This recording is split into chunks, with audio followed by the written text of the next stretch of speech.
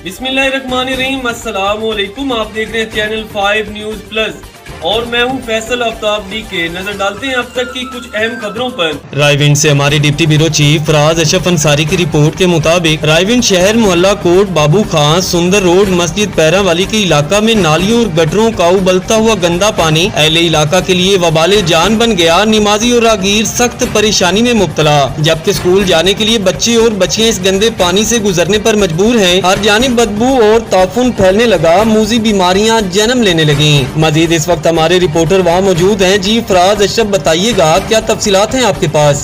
हम कहीं दूर नहीं, कहीं सिंध में नहीं, कहीं कच्चे में नहीं, कहीं हम किसी दूर कस्बे में मौजूद नहीं। हम इस वक्त रायविंड के एक मशहूर शहर जो कि रायविंड शहर बच्चे बच्चे को पता है। आप पाकिस्तान में कहीं भी चले जाएं, रायविंड शहर आपको सुनने को मिलेगा और वो बच्चा इस चीज़ की गवाही देगा कि हम रायविंड शहर को जानते हैं।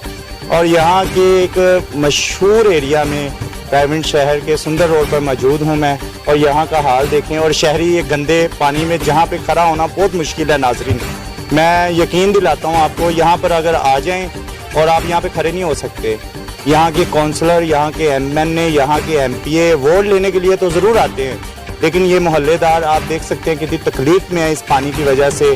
यहाँ पर छोटे छोटे बच्चे स्कूल में किस तरह जाते होंगे इस पानी के अंदर, और मस्जिद है साथ, बिल्कुल मस्जिद में नमाजी ना होने के बराबर हैं।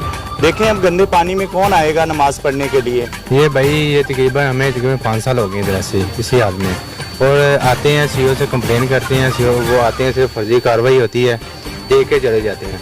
वो जो सफाई करने वाले आते हैं वो देखते हैं, ढक्कन उठाते हैं, तस्वीरें निकालते हैं, वो चले जाते हैं, तस्वीरें उतार के चले जाते हैं। यहाँ की जो एसी है आपकी रायविंड डिस्ट्रिक्ट की ज़ैनब ताहिर साहब, वो तो दावा करती है कि मैं रायविंड में बहुत काम कर रही हूँ। यहाँ पे सीओ साहब को डेली कंप्लेनें जाती हैं, वीडियो जाती हैं, ठीक है, काउंसलर के थ्रू जाती हैं, पर वो कोई नहीं एक्शन हो रहा है इस पर। हमारा डेली का यही हाल है। जी ये बुजुर्ग आ गए हैं माशाल्लाह, इनसे पूछते हैं। शायद कब से मामला है? ये तकरीबन जी 5-6 साल से इसी तरह, ईद नमाज पढ़ने, जुमा पढ़ने, बच्चे घर से बाहर नहीं निकल सकते। जी सीओ के पास बार बार जा चुके हैं, तस्वीरें उतार के हमने भेजी हैं, मगर उसका कोई पुरसान हाल नहीं है, कोई पूछता नहीं है। आपने वोट दिए थे जिस एमपीए एमएनए को, आपने उनसे राब्ता नहीं किया? राब्ता किया, दोनों से ही राब्ता किया, एक से नहीं दोनों पार्टियों से ही राब्ता किया, मगर कोई हाल नहीं है इधर। ये इसी तरह हमारे बच्चे घर से बाहर नहीं निकल सकते, स्कूल जाना है, कपड़े पहने हुए कैसे जाएं, मोटरसाइकिलें बीच में बंद हो जाती हैं, और इतनी परेशानी जिसकी इंतहा नहीं। मैं तो कहता हूँ अगर इनमें से एमपी एमएनए में से कोई इधर आके रहे तो 8 दिन इधर, मैं देखता हूँ कैसे वो रहते हैं इधर।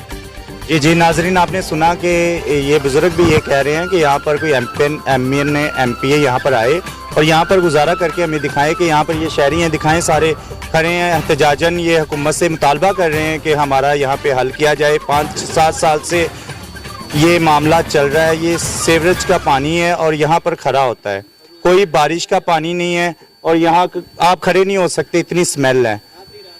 मुस्तकिल दर्द की वजह से आपका पूरा दिन खराब हो सकता है। ऐसे में मैं आपको नई पैनाडोल एक्सटेंड के इस्तेमाल का मशवरा देता हूं।